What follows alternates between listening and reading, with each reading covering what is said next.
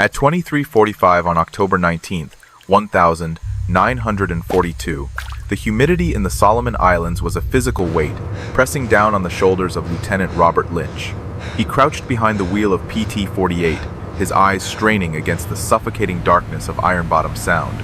The water off Cape Esperance was black, an obsidian mirror that hid death beneath its surface.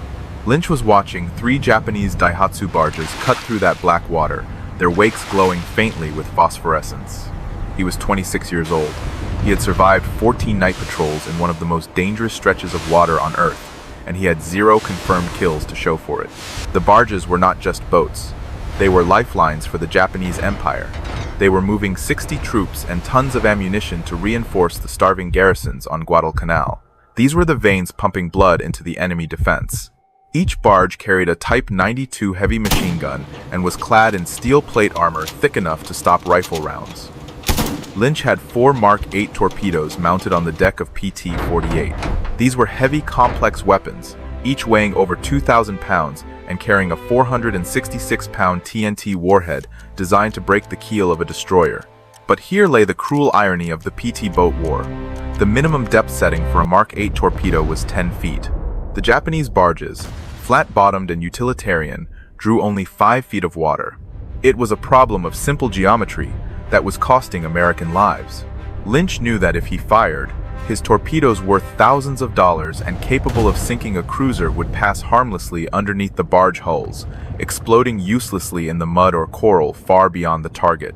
By mid-October 1942, Motor Torpedo Boat Squadron 3 had lost 6 boats in the treacherous waters around Guadalcanal.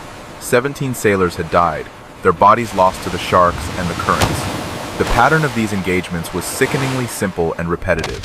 PT boats detected the Japanese barge convoys. PT boats attempted torpedo runs, hoping for a miracle. The torpedoes missed, sliding under the targets. The barges, unharmed, returned fire with heavy machine guns. The PT boats, built of mahogany and plywood, were forced to withdraw or burn down to the waterline. The twin 50 caliber Browning machine guns, mounted on PT-48, were fearsome weapons against infantry or aircraft. They could fire 850 rounds per minute, creating a wall of lead. Against wooden fishing boats, they were devastating. But against the armored Daihatsu barges, they were ineffective. The 50 caliber rounds sparked off the steel plate armor like fireflies, scratching the paint but leaving the cargo and crew inside untouched. The Japanese forces were running supply missions down the slot, the narrow channel of water running through the Solomons every single night. The Americans called it the Tokyo Express.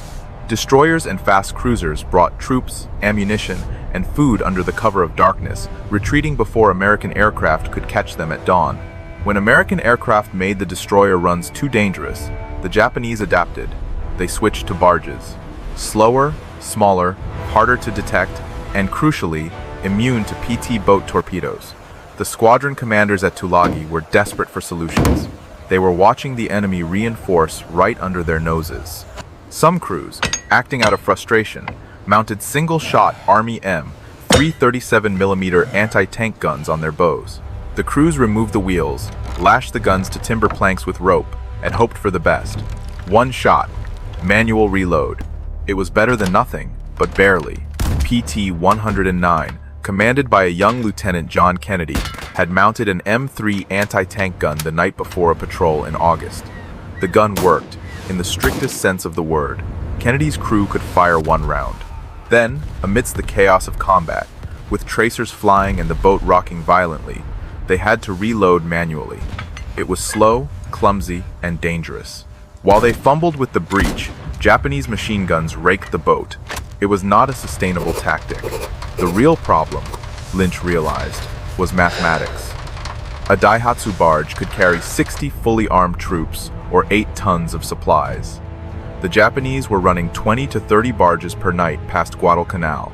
To disrupt this supply line, PT boats had to sink multiple barges per patrol. Single-shot guns, with their slow rate of fire, could not achieve the necessary volume of destruction. They needed something automatic, something heavy, something that didn't exist in the Navy's inventory. Henderson Field sat 3 miles inland from Lunga Point, a jagged scar cut into the jungle. Marines had captured the airfield on August 7th, and since then, It had been the center of the universe for the Guadalcanal campaign. By October, the field was a graveyard of aviation technology. Wrecked aircraft lined the runway apron, twisted skeletons of aluminum and steel. Japanese bombing raids hit Henderson almost daily. Betty bombers dropped sticks of high explosives. Zero fighters strafed the flight line. The Americans scrambled everything they could fly. P-400 Airacobras, F-4F Wildcats. Damaged aircraft crashed on landing, their landing gear collapsing or engines failing. Some burned, some simply died where they stopped. Dozens of Bell P-39 Airacobra fighters sat in pieces around Henderson Field. The Airacobra was a strange, controversial aircraft. Unlike most fighters of the era, the engine sat behind the pilot, driving the propeller through a long shaft that ran under the cockpit floor. This unusual design created space in the nose for something remarkable: a 37mm Oldsmobile M4 automatic cannon firing through the propeller hub. This weapon was a beast. The M4 cannon could fire 150 rounds per minute. It was fed by a 30-round horseshoe-shaped magazine and achieved a muzzle velocity of 2,000 feet per second. The cannon was designed to destroy light armor and bombers. It fired high-explosive rounds that shattered on impact and armor-piercing rounds that punched through steel. It was devastating firepower, trapped in the carcasses of grounded planes. If you want to see exactly how Lynch and his crew solved the barge problem with American ingenuity, please hit that like button. It helps us share more forgotten stories from World War II. Subscribe if you haven't already. Back to Lynch. Most of the P-39 wrecks at Henderson were total losses. Their engines were seized from oil starvation, their wings sheared off by crash landings, their fuselages broken by bomb shrapnel. But the cannons tucked safely inside the nose were often intact. The hydraulic recoil systems, the complex feed mechanisms, the barrel assemblies, everything needed to make them work was still there, waiting. On October 20th, Lynch walked the perimeter of Henderson Field at dawn. The air smelled of rotting vegetation, aviation fuel, and wet coral. He counted 23 wrecked Airacobras. Some had been there for weeks, slowly being reclaimed by the jungle vines. Mechanics had already stripped the useful parts instruments, radios, control cables to keep the few flyable planes in the air, but nobody had touched the cannons. They were aircraft weapons, useless to the infantry, and seemingly impossible to mount on a boat. There were no mounting points on PT boats. No doctrine for installation, no official approval from the Bureau of Ordnance. Lynch stood next to a P-39 with its nose buried deep in the coral. The 37mm cannon protruded from the propeller hub like a steel finger pointing an accusation. He did the math in his head. 150 rounds per minute, 30-round magazine, automatic fire. He looked back toward the shimmering water where PT-48 waited at the dock. 3 mechanics from his crew were standing nearby, watching him. They saw the look in his eyes. They knew exactly what he was thinking. At 1,400 hours that afternoon, Lynch approached Commander Alan Calvert, the commanding officer of Squadron 3. There were no forms for this request. No procurement system existed to transfer a weapon from the Army Air Forces to the Navy in the middle of a jungle. There were no official channels. Just a simple question born of a desperate need. Calvert listened. He knew the risks. If this failed, if the gun exploded or ripped the deck off the boat, it would be his career. But he also knew his men were dying. By 1630, 4 PT boat crews were walking Henderson Field with cutting torches, heavy wrenches, and sledgehammers. They had until nightfall. The Oldsmobile M4 cannon weighed 213 pounds without ammunition. The hydraulic recoil system added another 40 pounds. The feed mechanism another 30. The total weight of a complete gun assembly from a P-39 Airacobra was approximately 280 pounds. PT-48 was an Elco 80-foot boat with a wooden hull, constructed from 2 layers of 1-inch mahogany planking. The deck was 3/4-inch plywood over oak frames spaced on 2-foot centers. Navy engineers had calculated the maximum deck loading for 50-caliber machine gun turrets. Nobody, in any design bureau in Washington, had calculated the loading for a 280-pound automatic cannon firing 150 rounds per minute. The recoil forces alone could shatter the wooden frames. Technical Sergeant James Coogan had maintained P-39 aircraft at Selfridge Field in Michigan before the war. October 1942 found him assigned to Henderson Field as an aircraft armorer, trying to keep guns firing in the tropics. He knew every bolt, spring, and hydraulic line in an Airacobra cannon assembly. When Lynch's crew arrived at Henderson Field that afternoon, Coogan was the first man they found. He didn't ask for paperwork, he just grabbed his tools. The first P-39 they approached had taken a 20mm cannon round through the cockpit 3 weeks earlier. The pilot had died on impact. Nobody had moved the wreck. It was a tomb. Coogan crawled into the nose section with a wrench set and a cutting torch, ignoring the ghosts. The M4 cannon was mounted to the aircraft's engine reduction gear housing with 8 high-tensile steel bolts. Each bolt required a 16-inch socket. Coogan had a 3/4-inch socket. In wartime, close enough had to be perfect. Removing the cannon was a surgical procedure performed with brute force. It required disconnecting the hydraulic recoil lines, the charging cable, the ammunition feed chute, and the firing solenoid wiring. Then, they had to cut through the engine mount itself. The work took 2 hours per aircraft, sweating under the relentless tropical sun. They had 6 hours of daylight remaining. Lynch detailed 8 men to the job, 2 men per wreck. 4 cannons by nightfall if everything went perfectly. Nothing went perfectly. This was Guadalcanal, where equipment went to die. The second P-39 had been sitting in the tropical heat for 11 days. The hydraulic fluid had congealed into a sticky sludge in the recoil system. The charging cable had corroded into a solid mass. When Coogan's team tried to remove the cannon, the mounting bolts had seized from heat expansion and rust. They needed penetrating oil to break the seal. Henderson Field had no penetrating oil. They used aviation gasoline, pouring it over the bolts and waiting 20 agonizing minutes for it to seep into the threads. The bolts came loose, barely. By 17:30 hours, as the sun began to dip toward the horizon, they had removed 3 complete M4 cannon assemblies from wrecked Airacobras. Each cannon lay on the coral beside Henderson Field's runway apron, looking alien and heavy. Coogan inspected the mechanisms with a critical eye. The first cannon's hydraulic recoil cylinder showed a hairline crack, a catastrophic failure waiting to happen. Unusable. The second cannon's feed mechanism had a bent pawl, repairable with a file and 30 minutes of sweat. The third cannon was pristine. Now came the engineering challenge. PT boats had no mounting points designed for aircraft cannons. The bow deck forward of the chart house was flat plywood over oak stringers. Lynch needed a pedestal mount that could absorb the violent recoil forces, allow 360-degree rotation, and survive the flex of a planing hull hitting waves at 40 knots.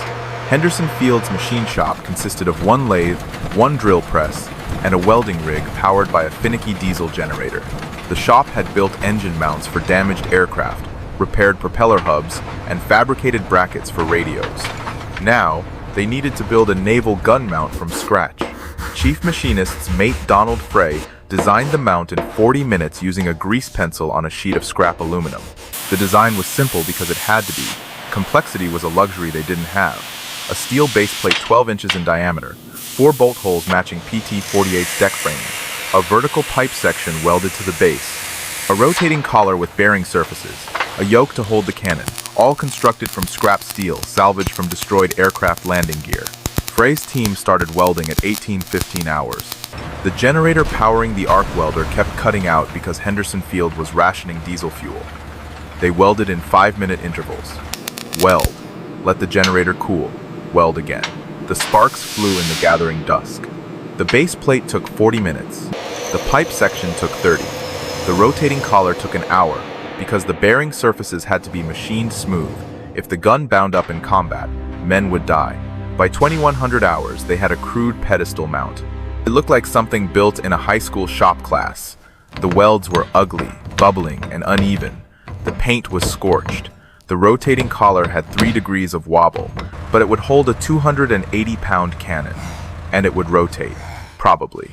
They loaded the cannon and mount onto a 6x6 truck. 3 sailors rode in the back, holding the cannon to prevent it from bouncing on the rough road down to the dock. Every bump was a risk to the delicate feed mechanism. PT-48 waited at Tulagi across Iron Bottom Sound. The truck reached the dock at Lunga Point at 22:30 hours. A Higgins boat ferried the equipment across the water. Lynch was waiting on PT-48 when the cannon arrived. His crew had already measured the bow deck and marked 4 mounting points. The deck frames underneath were doubled oak, strong enough for a .50 caliber turret. Maybe strong enough for this. They would know when they fired the first shot, or when the mount ripped through the deck and crushed someone. Installing the base plate required drilling 4 holes through 3/4-inch plywood and 2 inches of oak framing. They had a hand crank drill. It took 30 minutes of back-breaking labor per hole, 2 hours total. By 1:15 on October 21st, the base plate was bolted down.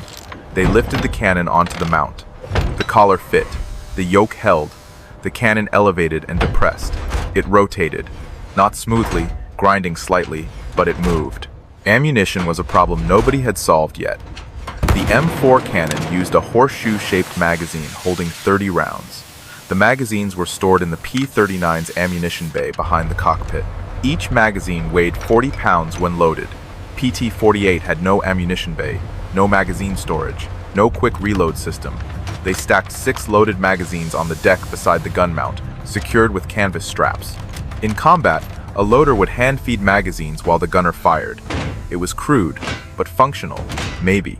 At 0200 hours on October 21st, 1,942 PT-48 had the first aircraft automatic cannon ever mounted on a United States Navy patrol torpedo boat. It had taken 9 hours from Henderson Field salvage to installation. The gun had not been test-fired. The mount had not been stress-tested. The crew had no training on the weapon. None of that mattered. Japanese barges were running supplies that night. PT-48 departed Tulagi at 2,200 hours on October 21st. Squadron 3 sent 4 boats on patrol that night. PT-40, PT-46, PT-48, and PT-60. Standard formation, 2 boats north of Savo Island. 2 boats patrolling the waters off Cape Esperance. Lynch commanded PT-48 with the untested 37mm cannon mounted on his bow like a hood ornament. Gunner's mate second class Harold Mitchell volunteered to operate the cannon. Mitchell had fired 50 caliber Browning machine guns on 12 combat patrols. He had never fired an aircraft automatic cannon. Nobody on PT-48 had. Coogan had provided basic instructions at the dock. Point, press trigger, change magazines when empty. The hydraulic recoil system would absorb most of the shock. Probably, the night was overcast, no moon. Visibility was approximately 200 yards in ambient starlight. The sea state was calm, an eerie flatness that amplified sound.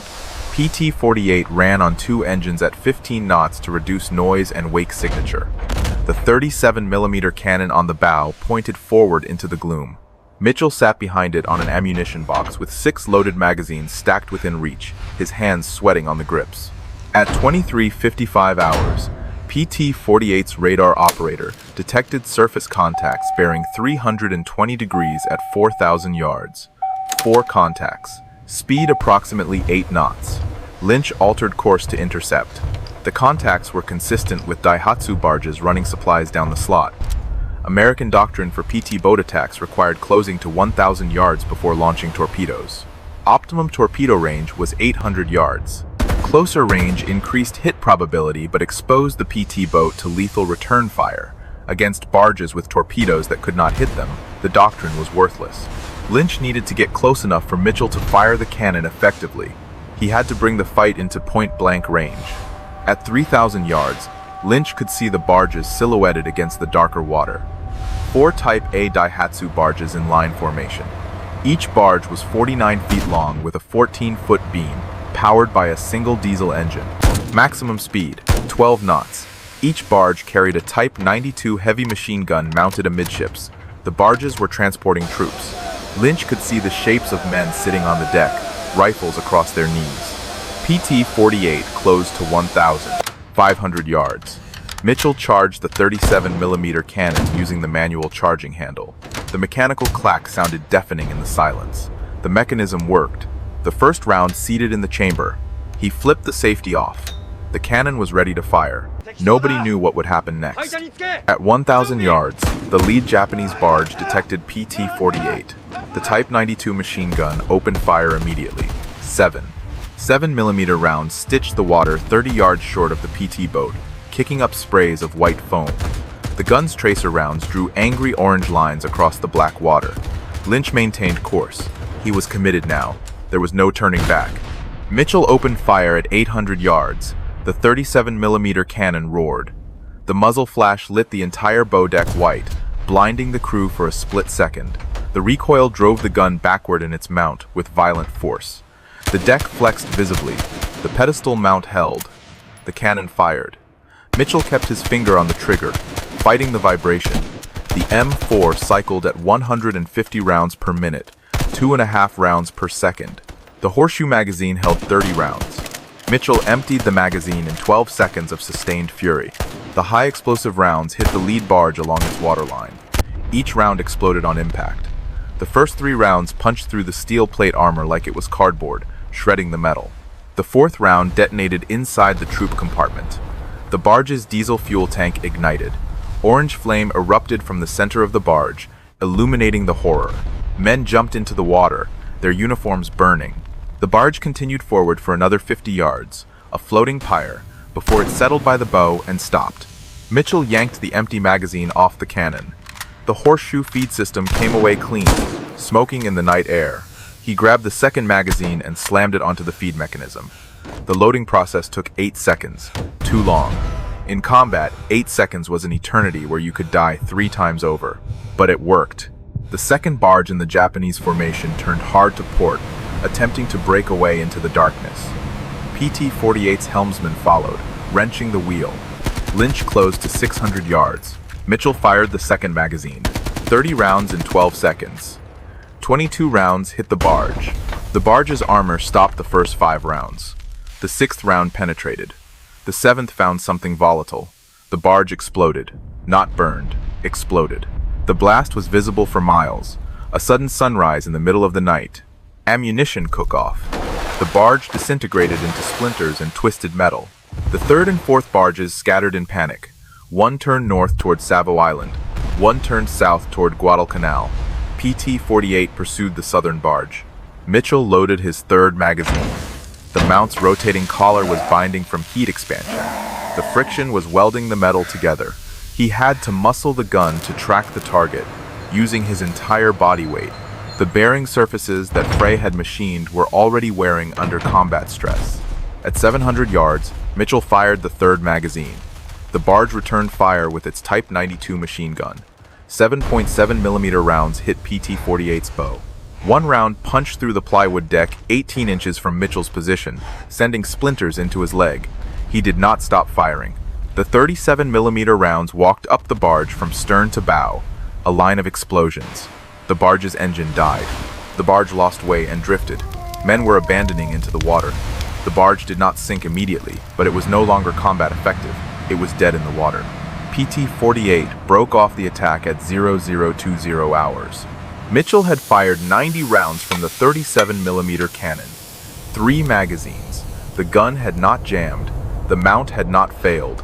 The deck had not collapsed. 2 Japanese barges were destroyed. 1 barge was disabled. 0 American casualties. Lynch radioed Commander Calvert at Tulagi. The transmission was brief but historic. The salvaged aircraft cannon worked. It worked better than anyone had expected. By 0300 hours, every PT boat commander in Squadron 3 was demanding an M4 cannon for his boat. The problem was, Henderson Field only had 23 wrecked Airacobras. Squadron 3 had 12 operational PT boats. The mathematics did not work. By October 23rd, the scramble was on. 3 more PT boats had 37mm cannons mounted on their bows. PT-40, PT-46, and PT-60. Crews stripped 5 more wrecked Airacobras at Henderson Field. The salvage operation became systematic, almost industrial. Teams learned quickly. They knew which bolts to remove first, which hydraulic lines to disconnect, which electrical connectors to cut to save time. The second cannon removal took 90 minutes. The third took 70. By the 4th, they had it down to 55 minutes. The pedestal mounts improved with each installation. Chief Frey refined the design after examining PT-48's mount following the first combat action. The rotating collar showed excessive wear. The steel-on-steel friction was too high. The bearing surfaces had scored deeply from the gun's recoil forces. Frey added bronze bushings salvaged from damaged aircraft wheel assemblies.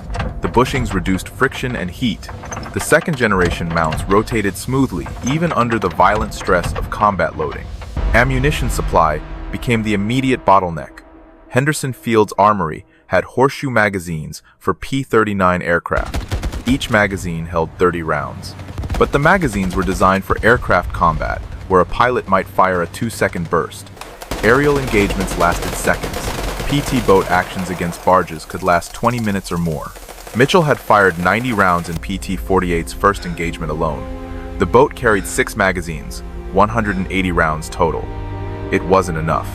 Aviation ordnance personnel at Henderson Field loaded magazines around the clock. Each magazine required hand-loading 30 rounds individually. The process took 8 minutes per magazine if the loader worked fast and didn't make mistakes. The ammunition bay had 4 loaders working 12-hour shifts, their fingers blistered and raw. They produced approximately 40 magazines per day. 4 PT boats, each carrying 6 magazines, required 24 magazines per patrol. The boats ran 2 patrols per night. The mathematics barely worked, leaving zero margin for error. The high explosive rounds proved devastatingly effective against Daihatsu barges. The rounds were originally designed to destroy light aircraft structures, thin aluminum skin, and magnesium components. The rounds worked even better against the quarter-inch steel plate armor on Japanese barges. Each round that penetrated created a 12-inch hole and sprayed superheated shrapnel through the interior. 2 or 3 hits could disable a barge. 5 to 8 hits would sink it. PT-40 engaged 3 barges off Kamimbo Bay on October 24th. The boat's newly installed M4 cannon destroyed 2 barges in the first magazine, 30 rounds. 20 seconds of firing. Both barges were burning and sinking within 2 minutes. The third barge escaped in darkness, but radio intercepts suggested it took heavy damage.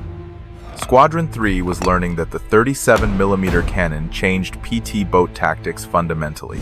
Before the cannon, PT boats attempted to use torpedoes at long range 800 to 1,000 yards. The torpedoes missed shallow draft barges. The PT boats withdrew. With the cannon, PT boats could close to 400 yards and destroy barges with direct fire. The closer range increased danger from Japanese return fire, but it eliminated the problem of torpedoes passing underneath targets. It turned the hunter into the killer. Japanese commanders noticed the change immediately. Radio intercepts from October 25th indicated Japanese barge crews were reporting PT boats with heavy cannon and explosive shells. One intercepted message used the phrase, "demon boats with aircraft guns." The psychological impact was significant. Japanese barge crews had operated with relative impunity for weeks, confident that American torpedoes couldn't touch them. Now they were being destroyed before they could deliver supplies. The night belonged to the Americans again. By November 1st, 1942, 8 PT boats in Squadron 3 operated with salvaged 37mm cannons. Henderson Field had been stripped of every usable M4 cannon from wrecked P-39 aircraft. 21 cannons total had been removed. 17 were in service on PT boats. 4 were being held as spares for maintenance. The maintenance requirements were substantial. The M4 cannon was designed for aircraft service with extensive ground crew support between missions. PT boats operated for days at forward bases with minimal maintenance facilities. Saltwater corroded the hydraulic recoil systems. Tropical heat degraded rubber seals. Coral dust abraded the feed mechanisms. Gunners' mates learned to field strip and maintain the weapons with improvised tools. Technical Sergeant Coogan transferred from Henderson Field to Tulagi in early November, specifically to support PT boat cannon maintenance. He established a small workshop in a corrugated metal shed near the PT boat dock. The workshop had a workbench, a vise, and basic hand tools. Coogan trained PT boat gunners' mates on cannon disassembly, cleaning, and reassembly. The training took 3 days per man. By mid-November, every PT boat with a cannon had at least one crew member who could maintain it. The success of the field modification reached higher commands quickly. The commander of Motor Torpedo Boat Squadron South Pacific reviewed after-action reports from Squadron 3. 8 patrols, 23 Japanese barges engaged, 14 barges destroyed, 6 barges damaged, 3 barges escaped, 0 PT boats lost in those actions. The 37mm cannon proved itself statistically. The numbers didn't lie. On November 18th, the commander sent a dispatch to the Bureau of Ordnance in Washington. The dispatch was classified confidential. It detailed the field modification. It described the combat results. They requested official approval for the installation and formal procurement of M4 cannons for PT boat use. The request included technical drawings of the pedestal mount design, ammunition consumption data, and maintenance requirements. It was a complete package, handed to the bureaucracy on a silver platter. The Bureau of Ordnance received the dispatch on November 23rd. The bureaucratic process that followed would normally take months. Design review, safety analysis, procurement planning, production scheduling. But the combat results from Guadalcanal were undeniable. PT boats with 37mm cannons were destroying Japanese barges at unprecedented rates. The field modification worked. On December 7, 1942, exactly 1 year after Pearl Harbor, the Bureau of Ordnance authorized the production of standardized pedestal mounts for M4 cannons on PT boats. The mount would be manufactured by a contractor in Rhode Island. Initial production run, 100 units. Delivery timeline, 90 days. But PT boats in the South Pacific needed the cannons now, not in 90 days. Motor Torpedo Boat Squadron 6 arrived at Tulagi in mid-December 1942. 12 boats, fresh crews, standard armament, twin 50 caliber turrets and 20mm Oerlikon cannons. No 37mm aircraft guns. The squadron had deployed from the East Coast, expecting to fight with torpedoes. Instead, they found Squadron 3 destroying barges with salvaged cannons. Squadron 6's commanding officer requested immediate cannon installation for his boats. The problem remained unchanged.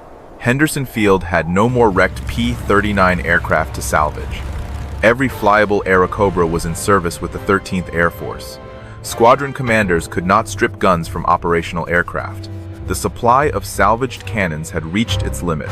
The solution came from an unexpected source, New Caledonia. The island served as a major supply depot for South Pacific operations. In November, a cargo ship arrived carrying replacement parts for damaged P-39 fighters. The shipment included 12 complete M4 cannon assemblies, new, factory fresh, still packed in cosmoline preservative. The cannons were intended for aircraft repair. PT boat commanders wanted them instead. The requisition process became creative. Officially, the cannons were signed out for P-39 maintenance at Henderson Field. Unofficially, they never reached Henderson Field. A Catalina flying boat transported the cannons directly to Tulagi. It was a heist, pure and simple, executed for the sake of combat efficiency. By December 20th, Squadron 6 was installing the new cannons on their boats. No salvage required. No cutting torches, no makeshift mounting, just proper installation using the improved pedestal mount design. The difference between salvaged and new cannons was immediately apparent. Salvaged cannons from Henderson Field showed wear. Hydraulic seals were degraded. Feed mechanisms had been damaged in crashes. Barrel rifling was worn from combat use. The new cannons from New Caledonia were pristine. Hydraulic systems operated smoothly. Feed mechanisms cycled perfectly. The cannons performed exactly as designed. By January 1943, 24 Pints boats operating in the Solomon Islands had 37mm cannons. Squadron 3 with 8 boats, Squadron 6 with 12 boats, Squadron 2 with 4 boats. The barge-busting capability spread across the entire PT boat force in the South Pacific. Japanese supply operations faced systematic destruction. Combat reports from January documented the impact. 37 Pints boat patrols engaged Japanese barges. 41 barges destroyed. 19 barges damaged. 8 barges escaped. The 37mm cannon gave PT boats offensive capability they never had with torpedoes alone.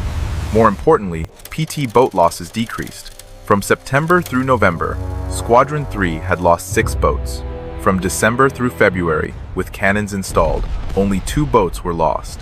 Neither loss was attributed to barge engagements. The tactical doctrine evolved rapidly.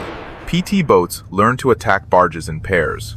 One boat would close to 400 yards and engage with a 37mm cannon.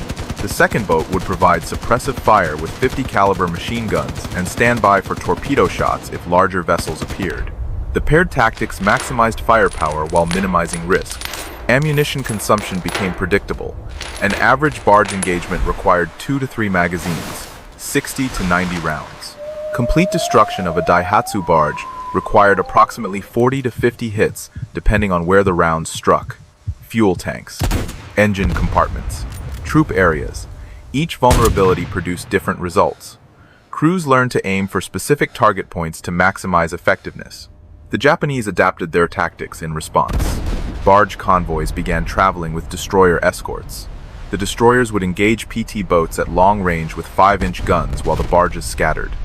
PT boats could not fight destroyers effectively. The 37mm cannon was devastating against barges. Against destroyers with 3-inch armor plate, it was ineffective. The tactical balance shifted again. Squadron commanders requested heavier weapons, 40mm Bofors guns, 3-inch deck guns, anything that could engage destroyers. But those weapons weighed substantially more than the M4 cannon. Installation required major structural modifications to PT boat hulls. The modifications would take months and require boats to return to stateside shipyards, not practical during active combat operations. The compromise was improved ammunition. The Bureau of Ordnance developed a new armor-piercing round for the 37mm cannon. The round used a tungsten carbide penetrator, designed to defeat light armor at close range. It wasn't sufficient for destroyer armor, but it was effective against the armor on Japanese patrol boats and sub-chasers. The new rounds reached Tulagi in February 1943. Limited quantities, 60 rounds per boat, reserved for encounters with armored targets. Meanwhile, stateside production of standardized cannon mounts continued. The contractor in Rhode Island completed the first 50 mounts in February. The mounts shipped to the Pacific in March. By the time they arrived, PT boat crews in the Solomons had already fabricated and installed over 30 field expedient mounts.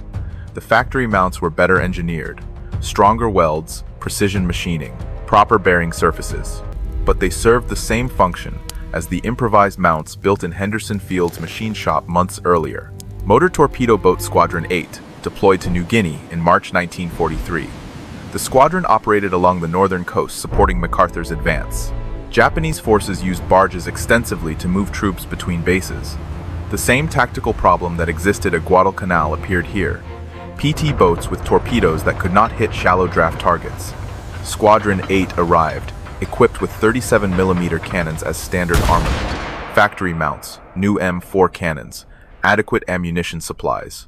The field modification from Guadalcanal had become official equipment. The New Guinea campaign validated the cannon's effectiveness in different conditions. Narrower waters, more restricted maneuver space, heavier jungle canopy providing cover for barges. Squadron 8 destroyed over 60 Japanese barges in their first 3 months of operations. The cannon worked in New Guinea exactly as it worked in the Solomons. Reliable, effective, deadly. The Bureau of Ordnance had authorized the development of an improved cannon specifically for naval use, the 37mm M9. This new weapon featured a longer barrel, higher muzzle velocity, and heavier construction to handle sustained fire. The M9 was designed from the start as a naval weapon, not an aircraft gun adapted for ships. The M9 cannon entered production in August 1943.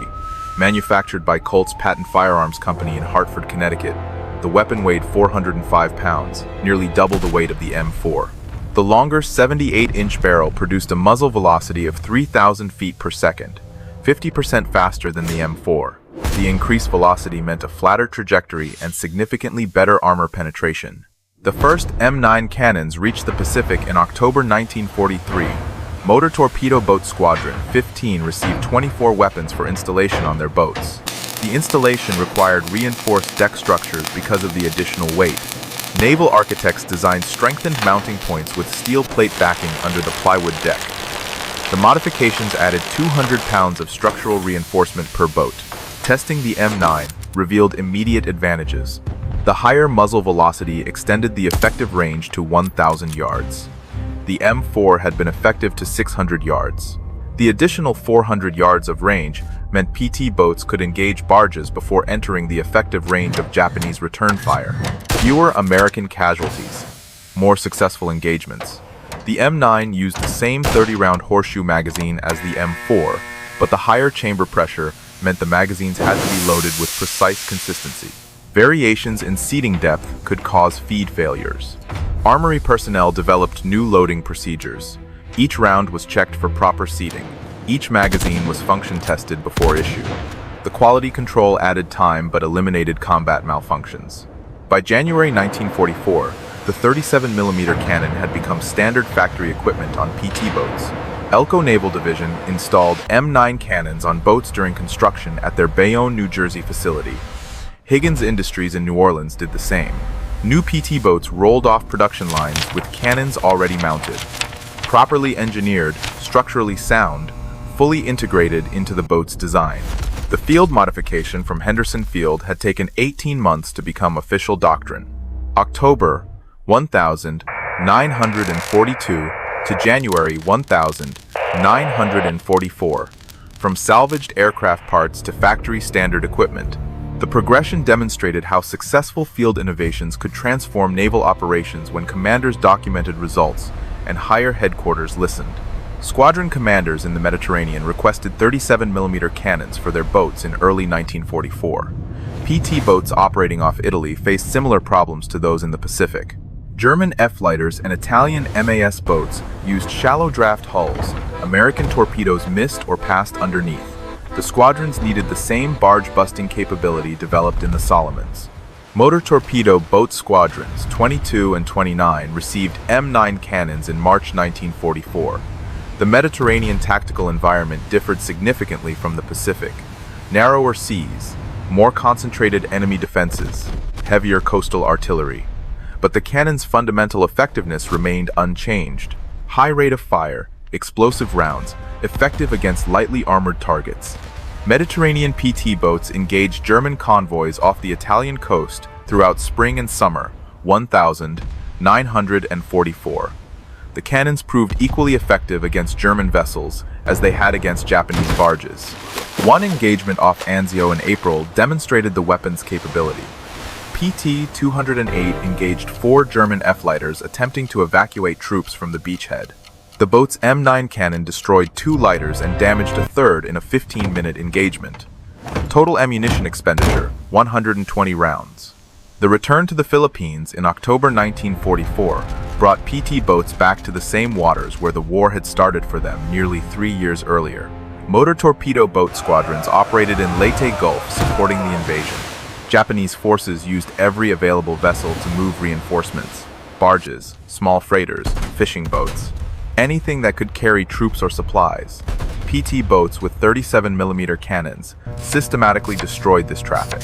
In November 1944, statistics from Leyte operations documented the cannon's cumulative impact: 36 pints boats on patrol, 87 Japanese vessels engaged, 63 vessels destroyed, 19 vessels damaged, 5 vessels escaped.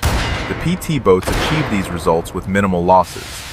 2 boats damaged by coastal artillery, 0 boats lost to surface action. The 37mm cannon had fundamentally changed PT boat survivability and effectiveness. The tactical doctrine continued evolving. By late 1944, PT boats operated with standardized weapons loads: 1 M9 37mm cannon forward, 1 40mm Bofors gun aft, multiple 50 caliber machine gun positions, rocket launchers. The boats had transformed from torpedo platforms into heavily armed gunboats. The transformation began with that first salvaged aircraft cannon on PT-48 2 years earlier. Production numbers reflected the weapon's success. Colt manufactured over 1,500 M9 cannons between August 1943 and August 1945. Not all went to PT boats. Some equipped landing craft, some went to patrol craft, some to coastal defense installations. But PT boats received priority allocation because combat results justified it. The boats needed the weapons. The weapons worked. By early 1945, Japanese barge traffic in the Philippines had essentially ceased. Not because the Japanese stopped trying to move supplies, but because PT boats destroyed barges faster than the Japanese could replace them. The 37mm cannon created a tactical situation where shallow draft supply vessels could not survive. Japanese forces resorted to submarine supply runs and night flights. More expensive, less efficient, but safer than surface barges. The final major PT boat operation occurred in Borneo in June 1945. Australian and American forces invaded Brunei Bay. PT boats provided fire support and anti-barge patrols. Japanese resistance was lighter than expected. There were few barges to engage. The war was ending, but the PT boats stood ready with their cannons. The weapons that had started as desperate improvisation had become standard naval armament. August 15, 1945, Japan surrendered. The war ended.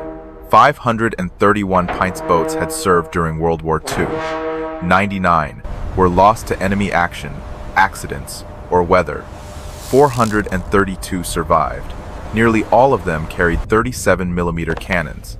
The weapon that began as field improvisation had become defining armament.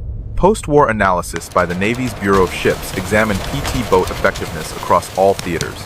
The analysis covered 1,942 through 1,945. 4 years of combat operations, thousands of patrols, hundreds of engagements. The statistics revealed a clear pattern. PT boats equipped with 37mm cannons achieved significantly higher kill rates and lower casualty rates than boats without the weapons. The numbers were definitive. PT boats operating from October 1942 through September 1943 without cannons destroyed an average of 0.3 Japanese vessels per patrol. PT boats operating October 1943 through August 1945 with cannons destroyed an average of 1.8 vessels per patrol, 6 times more effective. The cannon made that difference. American casualties reflected the same pattern. PT boat crew losses in the Solomons campaign from August through September 1942 averaged 4.2 sailors per week. October 1942 through February 1943, after cannon installation, averaged 1.7 sailors per week, a 60% reduction. The cannons allowed PT boats to engage at ranges where Japanese return fire was less effective. The total number of Japanese vessels destroyed by PT boats with 37mm cannons exceeded 800 confirmed kills. Barges, small freighters, patrol boats, sub-chasers, landing craft. The majority were barges. Daihatsu-class barges carried 60 troops or 8 tons of supplies. 800 barges destroyed meant 48,000 troops that never reached their destinations, or 6,000 tons of ammunition and food that never arrived. Japanese commanders acknowledged PT boat effectiveness in post-war interviews. Vice Admiral Takeo Kurita commanded naval forces in the Philippines. His staff kept records of supply losses. From November 1944 through January 1945, Japanese forces in Leyte lost 73% of barge convoys to PT boat attacks. The losses crippled Japanese defensive operations. Troops on Leyte received only 30% of planned supplies. The rest burned in barges, destroyed by 37mm cannon fire. The tactical innovation spread beyond PT boats during the war. Landing craft began mounting 37mm cannons for fire support missions. LCI gunboats carried multiple M9 cannons. LCS support craft used them for anti-aircraft and surface fire. The weapon that PT boat crews salvaged from crashed fighters at Henderson Field became standard armament across dozens of small craft classes. Lieutenant Robert Lynch survived the war. He commanded PT-48 through the entire Solomons campaign, 15 months of combat operations, 47 patrols, 19 confirmed kills. He received the Navy Cross for actions in November 1942. The citation specifically mentioned the innovation of mounting aircraft cannons on PT boats. Lynch returned to civilian life in Philadelphia, worked as an electrical engineer, died in 1978. He never spoke publicly about the cannon modification. Technical Sergeant James Coogan transferred from Henderson Field to Tulagi and spent the remainder of the war maintaining PT boat cannons. He trained over 200 gunners' mates on M4 and M9 maintenance procedures. After the war, Coogan remained in the Air Force. Retired as a Master Sergeant in 1962, he kept detailed maintenance logs from his time at Tulagi. Those logs documented every cannon removed from wrecked aircraft, every modification made, every combat malfunction and repair.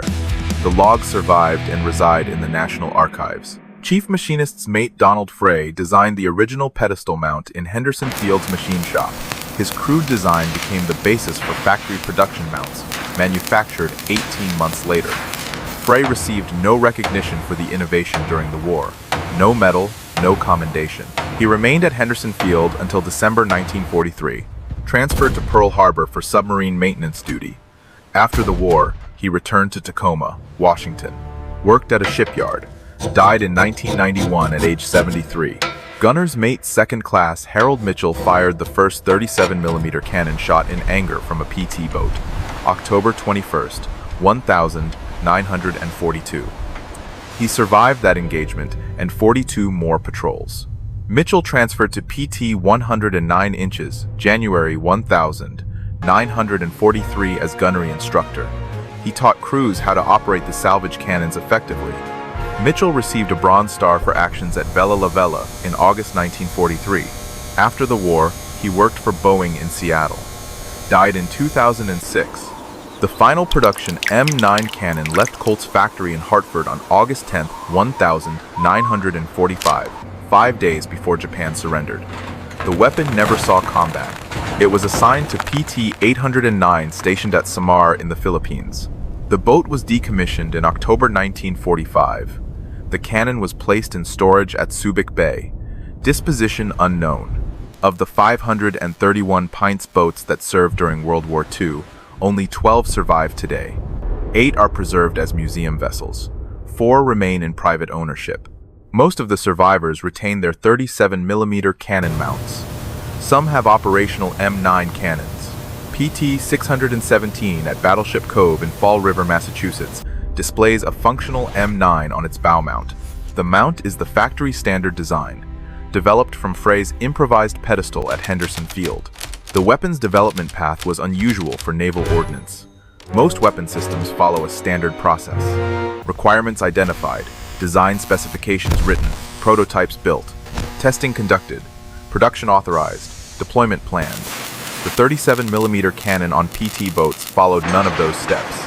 It began with desperate crews cutting guns from crashed aircraft, welding crude mounts from scrap steel, testing the concept in combat, proving effectiveness through results. Only then did official channels respond. The timeline from first combat use to factory installation was 18 months. October 1942 to January 1944. By bureaucratic standards, remarkably fast.